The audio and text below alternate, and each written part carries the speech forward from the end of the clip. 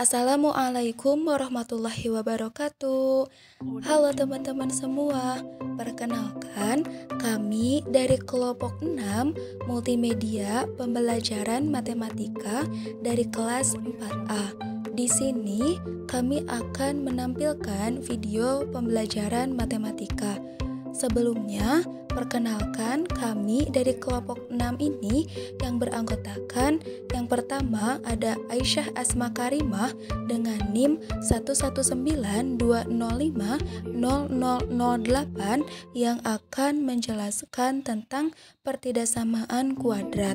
Kemudian yang kedua ada Alfi Intan Pertiwi dengan NIM 11920500011 yang akan menjelaskan tentang barisan dan deret aritmatika. Kemudian yang terakhir ada Fairuz Salsabila dengan NIM 11920500038 yang akan menjelaskan tentang peluang, yaitu peluang frekuensi harapan. Disimak ya videonya. Assalamualaikum warahmatullahi wabarakatuh. Perkenalkan, nama saya Aisyah Asma Karimah dengan NIM 11920500008, kelas 4A Pendidikan Matematika di UIN Sunan Gunung Jati, Bandung. Di sini, di video ini, saya akan menjelaskan materi mengenai pertidaksamaan kuadrat. Nah, baik, materi pertidaksamaan kuadrat. Materi pertidaksamaan kuadrat ini biasanya kalian dapatkan di bangku kelas 10 SMA atau pelajaran matematika kelas 10 SMA. Dan biasanya juga kalian dapatkan setelah kalian mempelajari persamaan kuadratnya. Pertidaksamaan kuadrat dan persamaan kuadrat ini awal-awal pengerjaannya memang bersama, cuman himpunan penyelesaiannya ada berbeda. Dan di pertidaksamaan kuadrat ini juga ada yang namanya garis bilangan. Nah, pertidaksamaan kuadrat. Apa itu pertidaksamaan kuadrat? Yaitu suatu pertidaksamaan yang pangkat tertingginya adalah 2. Dan biasanya kalau ada pertidaksamaan ini ditandai dengan adanya tanda kurang dari atau kurang dari sama dengan, maupun tanda lebih besar atau lebih besar dari sama dengan. Selanjutnya bentuk umum pertidaksamaan kuadrat. Bentuk umum pertidaksamaan kuadrat ini ada 4. Yang pertama ada ax kuadrat ditambah bx ditambah c lebih besar dari 0, ataupun ax kuadrat ditambah bx ditambah c lebih besar dari sama dengan 0, ataupun ax kuadrat ditambah bx ditambah c lebih kecil dari 0, maupun ax kuadrat ditambah bx ditambah c kurang dari sama dengan 0.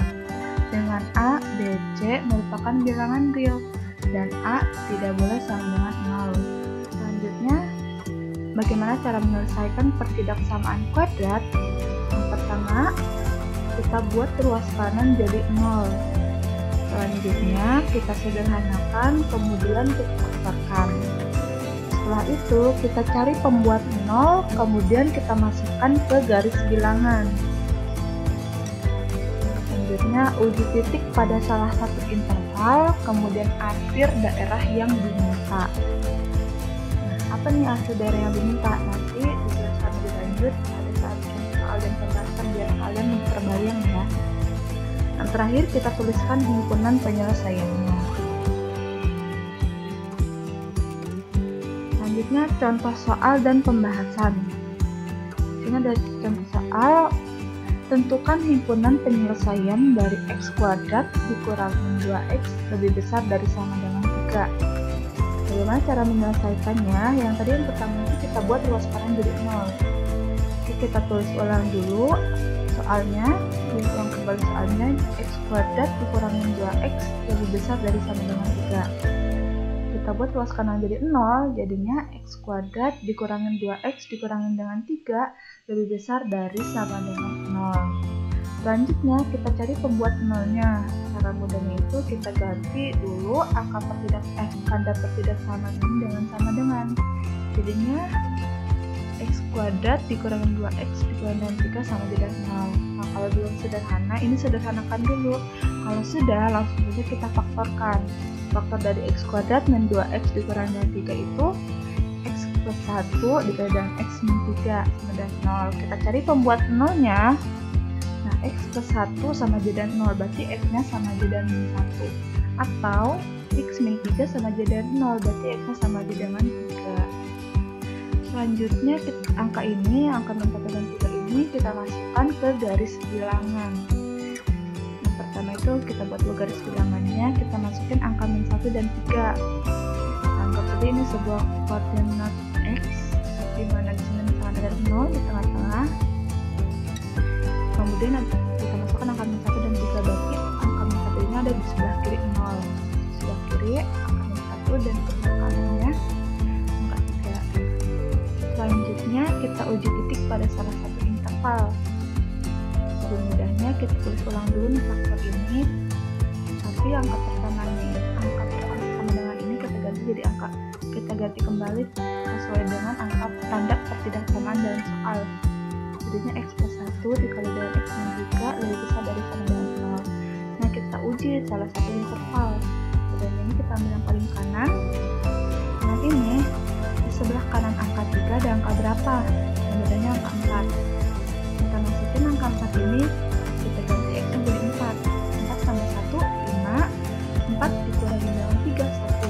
4 dikali dengan 1 hasilnya positif kan, jadi hasilnya positif. Nah, umumnya yang biasanya itu kalau misalkan ada kayak gini, tandanya ini selang-seling. Kalau sudah positif, biasanya negatif dan positif.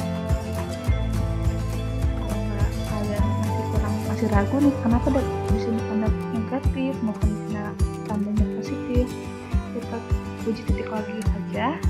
Caranya di antara min 3 dan min 1 dan 3 ini ada angka berapa? Oke, yang mudahnya angka 0 ya. Kita masukin angka 0 ini ke ini tadi, X nya kita ganti jadi 0. 0 ditambah 1 sama 1. 0 dikali min 3 hasilnya min 3. Nah, 1 dikali min 3 itu hasilnya negatif, jadi tandanya negatif. Sedangkan kita uji titik di sebelah kiri angka min 1 ada angka berapa? Ada angka min 2. Kita masukkan min 2 ditambah 1 hasilnya min 1. Min 2 dikurangi dengan 3 hasilnya min 5. Nah, negatif dikali dengan negatif hasilnya positif. Nah, kemudian tadi kan arsir daerah yang diminta, makanya itu yang diminta soal. Tadi kan soalnya ini X kuadrat min 2X lebih besar dari sama dengan 3, atau sama aja dengan X kuadrat dikurangi dengan 2X dikurangi dengan 3 lebih besar dari sama dengan 0. Nah, angka tanda lebih besar dari sama dengan 0 ini berarti dia meminta angka yang positif atau intervalnya positif. Jadi kita arsir yang positif ini seperti ini. Selanjutnya kita tulis himpunan penyelesaiannya. Jadi himpunan penyelesaiannya diperoleh X kurang dari sama dengan min 1 atau X lebih besar dari sama dengan 3. Nah, kurang dari ini, cara mudahnya kita lihat ini nih. Nah, ini mirip kan angkanya, tandanya mirip. Jadi ini tuh X kurang dari sama dengan min 1 dan ini X lebih besar dari sama dengan 3. Nah, ini juga ada beberapa hal yang harus diperhatikan. Tentunya ini ada titik di sini bulatannya. Ini kan bulatannya berisi ya. Kenapa berisi? Soalnya dia tandanya ini kurang dari sama dengan, ada sama dengan ini. Jadi dia titiknya itu berisi. Di sini ada catatan. Kalau misalkan dia berisi ini untuk tanda yang kurang dari sama dengan dan tanda lebih besar dari sama dengan. Sedangkan untuk yang bulat aja tidak berisi tengahnya, itu untuk yang tandanya itu kurang dari dan tandanya itu lebih besar dari. Selanjutnya ada catatan nih, catatan penting yang pertama, untuk tanda kurang dari atau kurang dari sama dengan, daerah yang diarsir yaitu daerah bertanda negatif. Sedangkan untuk tandanya lebih besar atau lebih besar dari sama dengan, daerah yang diarsir itu daerah yang bertanda positif. Kemudian ini ada catatan ini lumayan penting, masih banyak yang salah. Misalkan kita ketemu suatu pertidaksamaan yang bentuk umumnya min ax kuadrat ditambah dengan bx ditambah dengan c lebih besar dari 0. Kemudian emang mudahnya kan kita kalikan dengan min 1. Nah, banyaknya pada salah ketika dikalikan min 1 dia tandanya masih tetap. Sebenarnya kalau dikalikan dengan min 1, tandanya itu juga jadi kebalik. Kebalikan dari tandanya ini, tandanya lebih besar dari, berarti kebalikan dari tandanya lebih besar dari itu lebih kecil dari. Masih banyak yang di sini. Kalau udah salah di sini, biasanya nanti himpunan penyelesaiannya juga salah. Jadi ini merupakan ya. Nah, mungkin cukup sekian dari saya, kurang lebihnya mohon maaf. Wabillahi taufiq wal hidayah. Wassalamualaikum warahmatullahi wabarakatuh.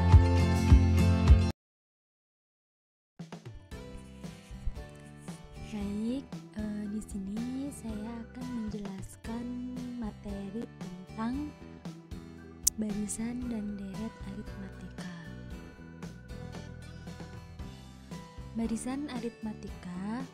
Barisan aritmatika sering juga disebut barisan hitung adalah barisan bilangan yang setiap sukunya diperoleh dari suku sebelumnya dengan menambah atau mengurangi dengan suatu bilangan tetap. Bilangan tetap tersebut dinamakan pembeda, biasanya disimbolkan dengan huruf B. Jadi, pembeda merupakan selisih antara dua suku yang berurutan. Suku pertama barisan aritmatika ditulis U1, sedangkan suku ke N dari suatu barisan bilangan aritmatika dituliskan sebagai UN.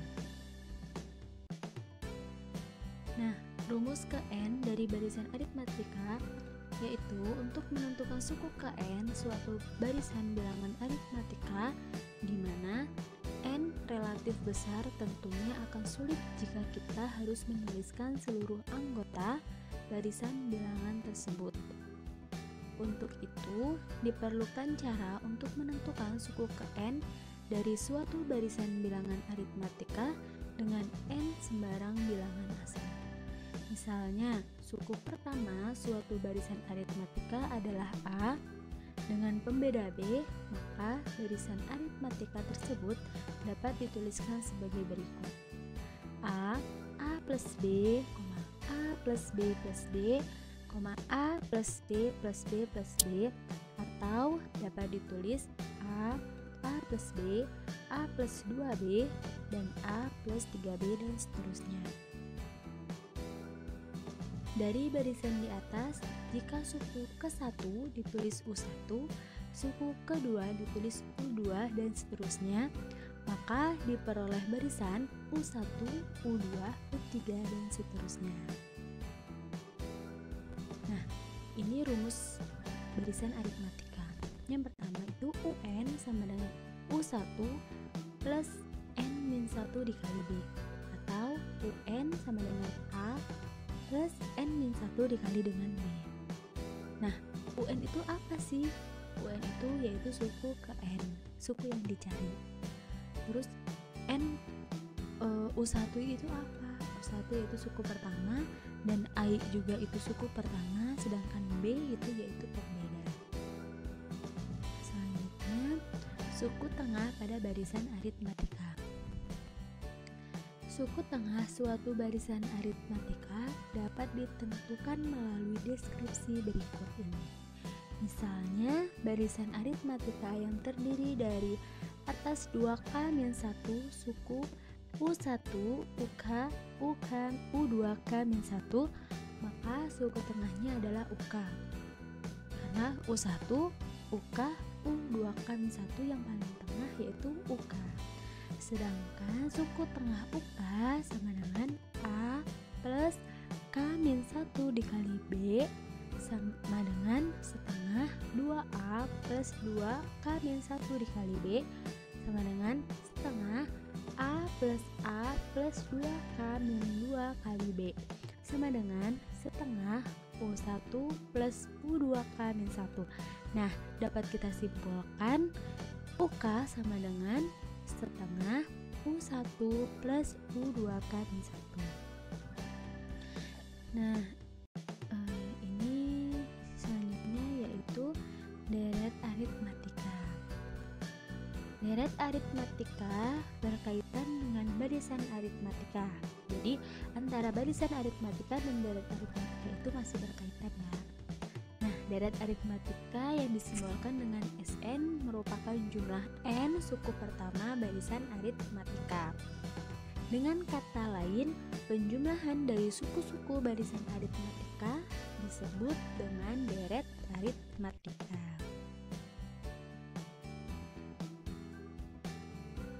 Perhatikan barisan aritmatika berikutnya biar lebih paham. Ada 3, 5, 7, dan 9 dari barisan aritmatika tersebut dapat dibuat suatu deret aritmatika. Sn 3 plus 5 plus 7 plus 9 dan seterusnya. Dengan demikian, jika diketahui suatu barisan bilangan aritmatika U1, U2, dan U3 titik-titik UN, maka dapat dibuat suatu deret aritmatika dengan Sn sama dengan U1 plus U2 plus U3 plus titik-titik plus UN. Bagaimana cara menentukan rumus Sn? Nah, perhatikan ya. U1 sama dengan A, U2 sama dengan A plus B, U3 sama dengan A plus 2B, dan kita simpulkan bahwa UN sama dengan A plus N-1 dikali dengan B. Jadi buat mencari UN-nya yaitu A plus N-1 kali B. Jadi misalnya UN-nya itu 4, berarti diperoleh A plus 4 dikurang 1 dikali B. Jadi A plus 3B. Nah, selanjutnya yaitu dari banyak yang tadi kita simpulkan ya bahwa rumus deret aritmatika ada 2. Yang pertama itu Sn sama dengan N per 2, 2A plus N-1 dikali dengan B, atau Sn sama dengan N per 2A plus UN gitu.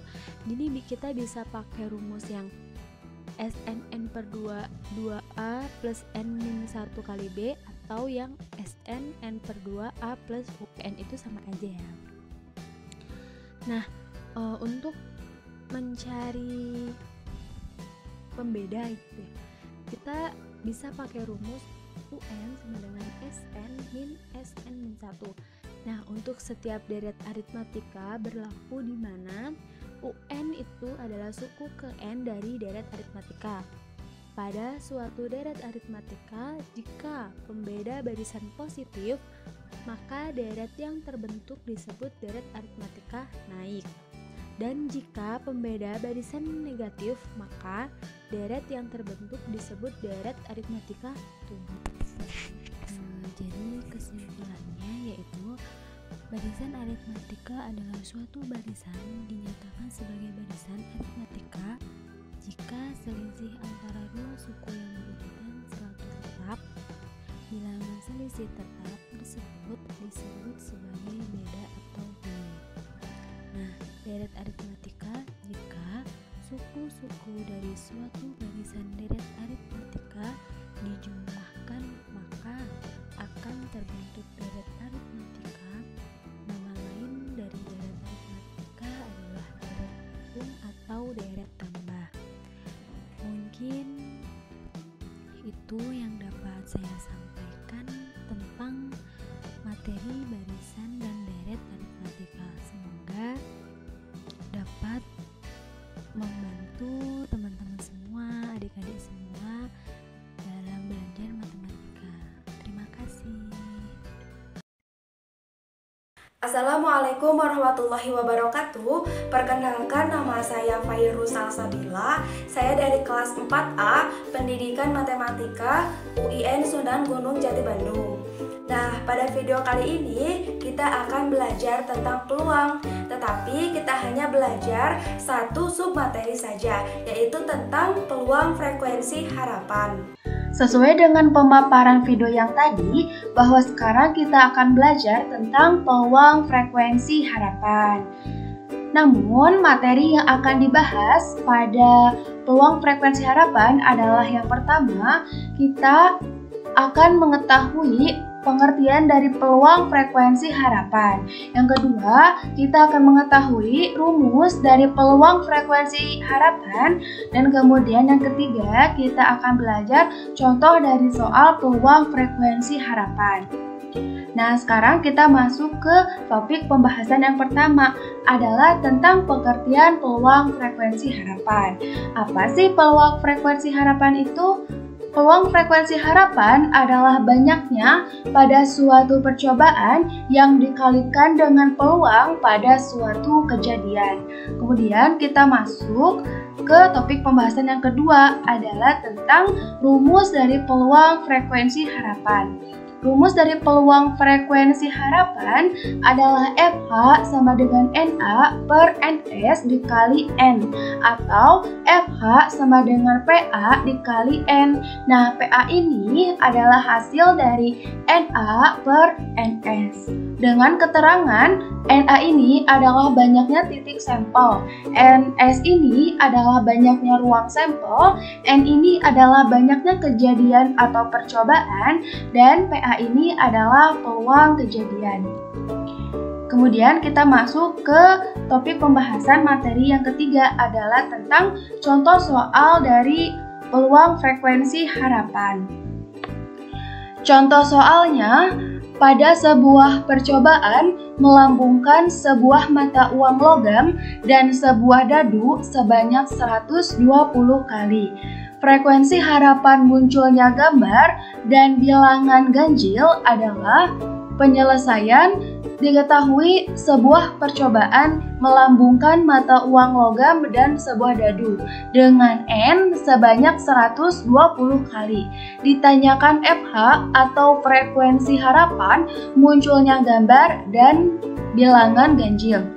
Nah, cara untuk menyelesaikan contoh soal ini, kita bisa menggunakan dua cara. Cara yang pertama adalah dengan menggunakan rumus dari peluang frekuensi harapan tersebut, dan cara yang kedua adalah dengan memasangkan uang logam yang munculnya gambar dengan mata dadu yang bilangannya ganjil. Nah, sekarang kita menyelesaikan dengan cara yang pertama dahulu. Cara yang pertama itu, kita mencari dari masing-masing peluang uang logam yang munculnya gambar dan mata dadu yang bilangannya ganjil. Nah, sekarang kita mencari peluang dari uang logam yang munculnya gambar dulu. Mula-mula, uang logam itu terdiri atas angka dan gambar. Karena yang ditanyakannya atau yang dicarinya itu adalah gambar, maka NA atau titik sampelnya itu adalah 1, dan NS-nya atau ruang sampelnya adalah 2. 2 ini didapat karena uang logam yang terdiri atas angka dan gambar. Maka PA sama dengan NA per NS. NA-nya adalah 1 per NS-nya itu adalah 2, jadi 1 per 2. Sesudah diketahui PA dari munculnya gambar yang uang logam, kita sekarang mencari PA yang mata dadu bilangannya ganjil.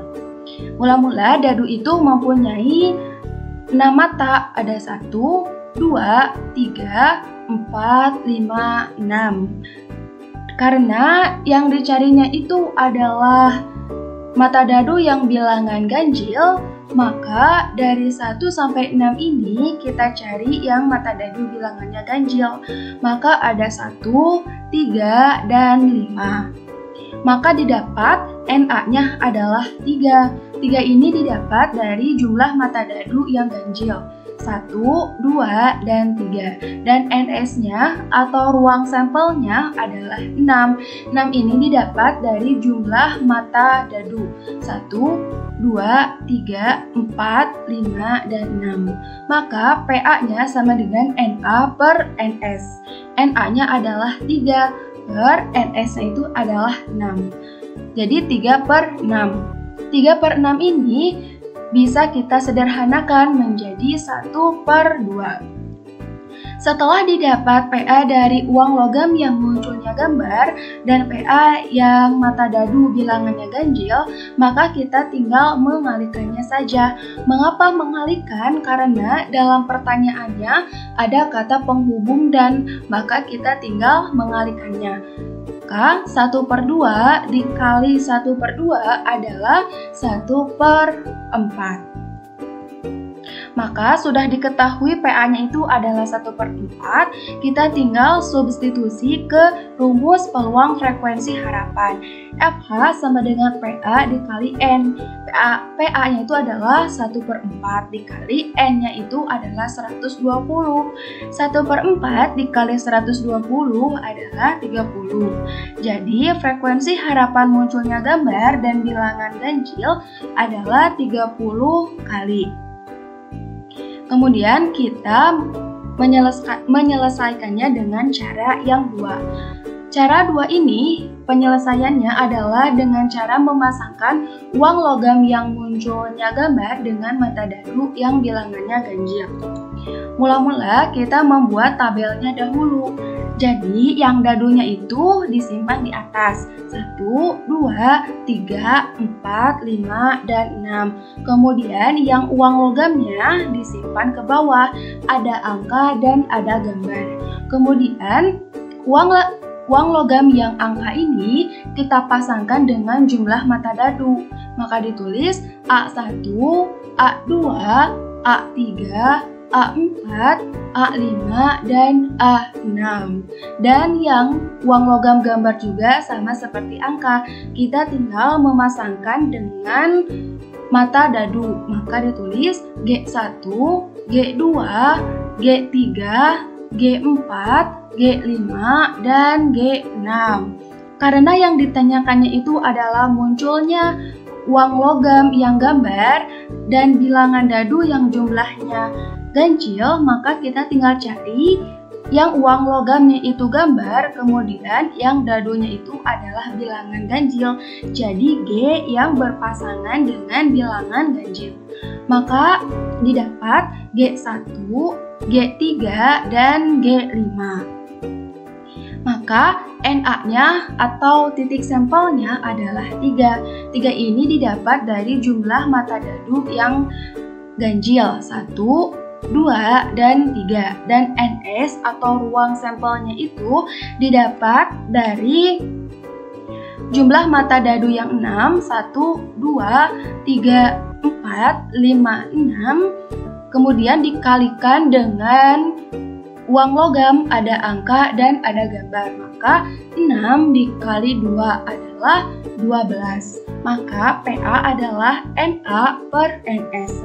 NA-nya itu adalah 3. 3 per NS-nya itu adalah 12. Jadi 3 per 12. 3 per 12 ini bisa kita sederhanakan menjadi 1/4. Sesudah diketahui PA-nya itu, maka kita tinggal substitusi ke rumus peluang frekuensi harapan. FH sama dengan PA dikali N. PA-nya itu adalah 1/4 dikali N. N-nya itu adalah banyaknya kejadian yang sudah diketahui di soal adalah 120. Jadi 1/4 dikali 120 adalah 30. Jadi frekuensi harapan munculnya gambar dan bilangan ganjil adalah 30 kali. Jadi, pada peluang frekuensi harapan, yaitu menghitung berapa peluang pada suatu kejadian dengan berkali-kali melakukan percobaan, atau bisa juga disebut sebagai uji eksperimen. Kemudian ada langkah-langkah untuk menghitung peluang frekuensi harapan. Yang pertama, tentukan dahulu NA atau titik sampel. Yang kedua, tentukan NS atau ruang sampel. Yang ketiga, tentukan N atau banyaknya kejadian atau percobaan. Setelah diketahui NA, NS, dan N-nya, maka tinggal substitusi ke rumus peluang frekuensi harapan. Sekian penjelasan dari kelompok kami. Mohon maaf apabila ada kesalahan dalam bertutur kata. Wassalamualaikum warahmatullahi wabarakatuh.